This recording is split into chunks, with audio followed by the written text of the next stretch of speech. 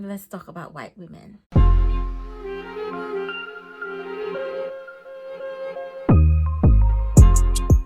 Hey everybody, hey, welcome back. Hi, if you're new here, my name is Mo, and I talk about social justice and whatever else I feel like. And today I'm gonna tell you 10 things white women need to do to break their generational curses. Let's get right to it. We know white women have a problem. That's why we invented the word Karen to mean annoying white woman who's trying to talk to the manager or whatever. But like, white women need to stop whatever it is they're doing because it's annoying and it's not working and it's actually harmful to people. And they need to take some time to work on themselves and their generational curses and their generational trauma, and then help other white women to deal with that shit. But a lot of y'all white women don't like to do the work for yourselves. So I'm gonna help you out and I'm gonna tell you how to start, and you're gonna have to do the rest of the work. So don't worry, I made a little list. I'm gonna try to not make this be a rant, but I'm already kind of irritable today, so somebody, culturally appropriate this and make the white people understand it. Anyways, white people. Here's the thing. Y'all know people of color have various generational trauma, like how they found that the Holocaust survivors' descendants DNA was altered, and how like as black people we have generational trauma from your ancestors owning our ancestors. Well, here's the thing. It's not just us. Y'all too have generational trauma from your ancestors owning our ancestors. Everything they did before that and everything they did after that, and y'all not doing anything to heal it, and that's making it worse. And y'all actually, instead of healing your generations from the trauma, y'all adding to it. Let's talk about 10 things y'all need to heal from. The first is owning people. When slavery was abolished, y'all didn't realize that y'all could no longer own people. Y'all thought y'all could just figure out a new way to own people, but we free. We not your property. We can do what we want. So y'all need to take some time to sit with the idea that people are people, and by people I want y'all to make sure that includes people of all colors, because a lot of y'all, when y'all say people, when y'all say women, when y'all say moms, y'all mean white people. That we have our own agency, we're not property, and therefore you cannot control us. You cannot tell us what to do. You cannot tell us how to live our lives. You cannot tell us where to go, what to wear, how to comb our hair. You can't just be walking up to black people and trying to tell them what to do, because you no longer own us. That's something you inherited from your ancestors. So you need to start to recognize the patterns, the actions, the things that you do that stem from your generational trauma of owning people. Recognize when you're about to tell somebody what to do, and tell yourself that person is a person. They're allowed to have their own thoughts, their own feelings, and do as they please, whether I like it or not.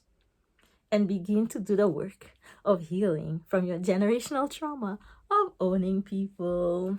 Number 2, supporting the patriarchy. Yes, white women. Y'all like to talk about feminism and women's rights and all of this, but y'all fail to realize that the patriarchy is part of the same system of white supremacy that y'all make sure y'all uphold at every turn. The same white women that like to talk about feminism and freedom and whatnot and the other are the same ones that look at you and go, "You don't have a boyfriend? You don't have any children?" They're the same ones that speak in a different tone when a man walks into the room. They're the same one who lets the man say the same thing they just said, didn't get credit for, and then they turn and praise him like he didn't just steal their ideas. They are the same ones who go out to dinner and slide the man money under the table so that he can pretend he's paying with his money so he can feel better. I have seen various threads on Twitter of white women saying how they were brought up to act in a certain way around men, to defer to men, to not question men, to make themselves small so that men could feel better. And I just have to say, I'm sad for y'all, but also y'all need to start recognizing that not because you were brought up to uphold, to support and uphold the patriarchy doesn't mean you have to continue to do it. You can free yourself from the bonds of the patriarchy. You can stop voting against your own self-interest. Because let's be honest, if white women hadn't voted for Trump the way they did, Roe versus Wade would not have been repealed. So take some time to think about the ways you act that support the patriarchy, the things you think you should be doing even though you don't want to do it, so that men can feel better about themselves, and the agency you take from yourself and give freely to the men around you because you think that's what they're supposed to do. Stop for a minute every time you're about to do one of those things and think, am I making myself small for a man to feel better? Or am I supporting the patriarchy? Because no one needs you to make yourself smaller so they can feel bigger. They can just level up.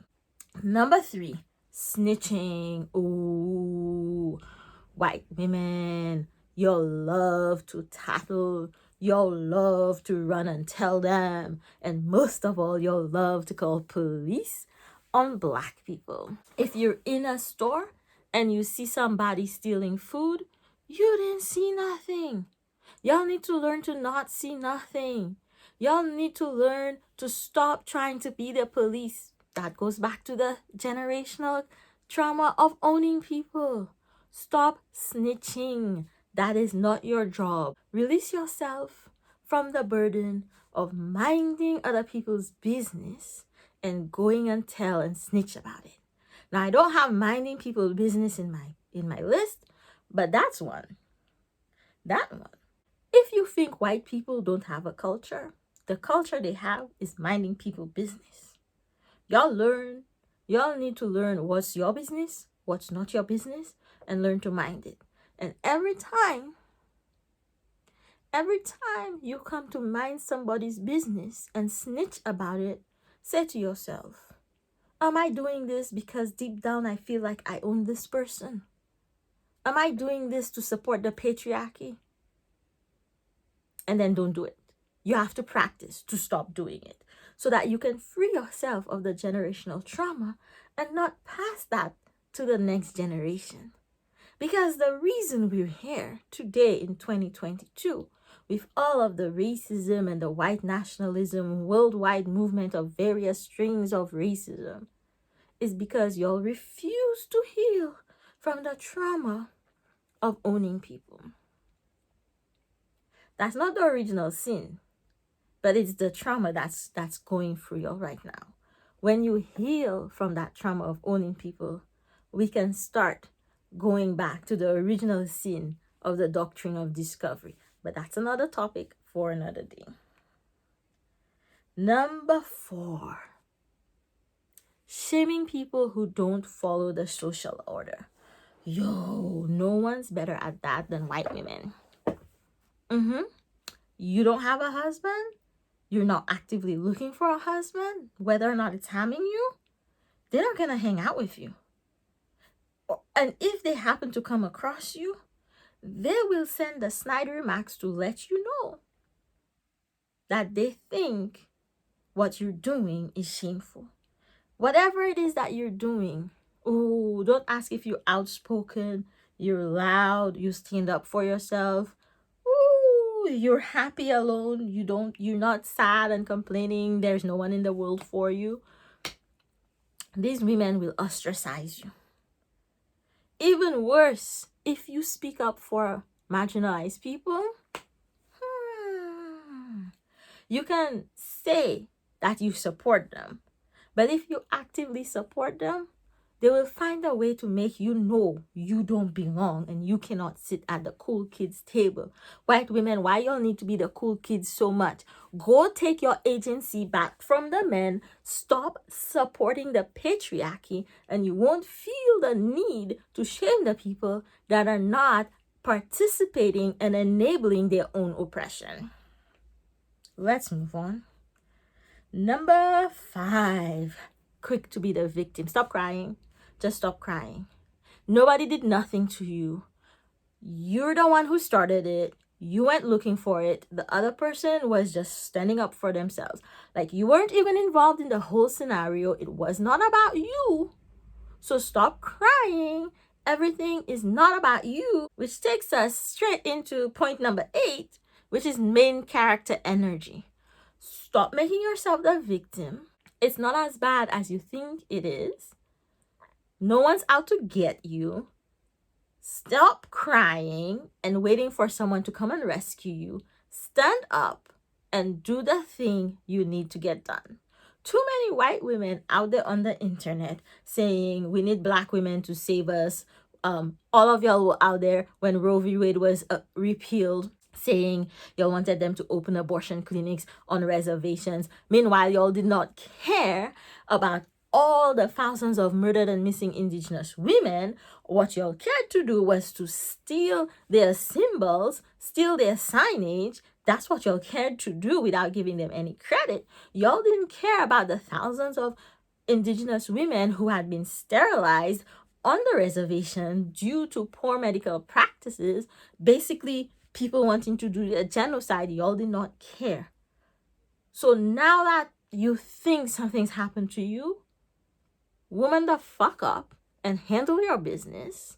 Take your agency back from the patriarchy that you have enabled and get to work, bitch. Letting themselves be weaponized. Yo, a white woman will not even be there. And somebody will say somebody did something to them. Their virtue, blah, blah, blah. Somebody will say they're doing something to protect white women. Y'all remember when Trump was talking about the suburban moms as scared of the protests in 2020? A lot of y'all were really happy to go along with all of that. Y'all are too happy to let people protect y'all from something that's not even a danger to y'all. Because you're happy, going back to the last one, to be the victim. Just stop it. Just stop it. One other thing you'll like to do: infantilize white adults and adultify black children. Before a grown white man does something, y'all are like, will no one think of his future? He is just a child. Let's not ruin his future. The kid has learned his lesson. But some black 10-year-old will do something kids do, and y'all will attach adult motives to it. Y'all will try him as an adult. Y'all will call him thug. Y'all will call a black little girl wearing a cute outfit loose, fast, ready. Y'all will say she's seductive. It's a child. Trayvon Martin, child. What did y'all say about him? Tamir Rice, child. He shouldn't have been playing with a toy gun in the park. Child. Kyle Rittenhouse, adult. He didn't know what he was doing. Think of the harm that one little perception does to other people when the people who have that perception are those in power who make decisions over other people's lives. And every time a white adult does something, remind yourself it's an adult. And maybe you can start to heal from that generational trauma. And we're not even going to go back to why y'all think that, because I don't have the energy for that today. Now, number 8 is too much main character energy. And we already touched on that. But I'll remind you that not everything is about you. Because y'all have so much main character, y'all cannot see a story that's not about y'all, which is why you'll find the need to colonize everything. Oh, these people are living over there. They're fine. But they over there have these palm trees, and I would like palm trees because I don't have palm trees. I have 20 other trees, but I also need palm trees. So I'm going to make up a story where I'm the main character, and then I'm going to want to have these palm trees as well. When I get these palm trees, I'm going to say that before I came here, y'all did not know how to use palm trees, and I showed y'all how to use palm trees, etc., etc., etc. That's why you're appropriating everybody culture. That's why y'all think y'all can put box braids too. Just stop. Stop with the colonizer energy, okay? Listen to indigenous people. When people tell you they don't want you to come to their country, don't go to their country. When you go to other people's countries, listen to the locals. If you identify more with the expats, with the foreign business person who are investing in the country, if you think they need our tourism dollars, if you go to a country and you think you can treat the locals any way you want because they're desperate for your money, colonizer energy. If you don't want them to take statues down of the people who came, who found people there and said they discovered because of the doctrine of discovery, colonizer energy. Learn about colonization. Learn about the harms of colonization. Learn about the fact that colonization was global. And when I say colonization was global, I mean y'all Europeans went all over the world, taking everything y'all could find and hurting people and trying to make those people leave their languages, forget their languages and adopt yours and adopt your customs. But then those parts of their culture that you wanted, you took it. You make fun of us for that culture. And then when you take it, it's now a good thing and you make money off of it. I'm looking at you, clean girl aesthetic, off-duty model aesthetic. Y'all think y'all were the first people to sleek your hair back and wear clear lip gloss? How long have we been doing that? Because that's the only way y'all wouldn't tell us we were unprofessional. Before we put a little sheer lip balm, a little mauve, a little maroon, a little burgundy lip balm, y'all already slut shaming us for lips. Don't even ask if you put on a red lipstick. We couldn't do those things to go to work. We had to make ourselves as plain as possible because y'all are threatened by our sexuality. The same things that y'all think make us sexual, make us attractive. Those same characteristics are what you want for yourself. I'm looking at you, BBL. I'm looking at you, lip filler. But what y'all fail to realize is what makes us sexy is our confidence, is our pride, is us holding on to our agency. And you can do it too if you just reject white supremacy and the patriarchy and believe in yourself. You can do it. You can do it in your own way. That thing that you want to do, that you think good women don't do, just do it, bitch. Bad bitch season. Open up. Do whatever it is you want. Eat peach cobbler for breakfast. Put 3 different mayos in your potato salad. Do your thing. Do your thing, girl. You too can be free. You don't have to hold up white supremacy because even if it's benefiting you, it's benefiting the men more. Free yourself. Free yourself. And the final one. Y'all talk too much. I know I just sat here and talked a lot, but y'all talk too much. Y'all talk too much at the wrong time about the wrong things when y'all don't need to be talking. Y'all always going on and on and on. It's like you can't see. It's the same problem y'all have. You have to be the main character. You can't see somebody living their life without giving your opinion. You do not have to give your opinion on anything. You can sit there quiet in your corner. You can see something pass. You can see two black women talking about hair and don't involve yourself. You don't have to say, you see me talking about my hair and how thick it is, and if I'm having trouble and asking another black woman for product recommendation, you do not have to come and let us know that you just love my hair the way it is. That's not your business. Learn to mind your business. You do not have to tell me about your cousin's friend's neighbor who had hair just like mine and you just love to see what they did with it. I do not know you like that. Are we friends? Are we friends, Samantha? Are we friends? Tiffany, are we friends? No, don't talk about my hair. Learn to just let things go. You don't need to tell me the whole story. Learn to watch two people talk. It doesn't involve you. You are not the main character in their lives. Learn to know when to speak up, because the times you'll have to speak up in the boardrooms, to speak up for marginalized people, speak up for yourself and your families at Thanksgiving dinner when Mima, Peepa, and great Uncle Joe are being racist, homophobic, transphobic. Those are the times to speak up. Speak up and let your family know when they're voting against your rights. Those are the times to speak up. Learn those times. Speak up for yourself. Break free. Break free of all of that generational trauma.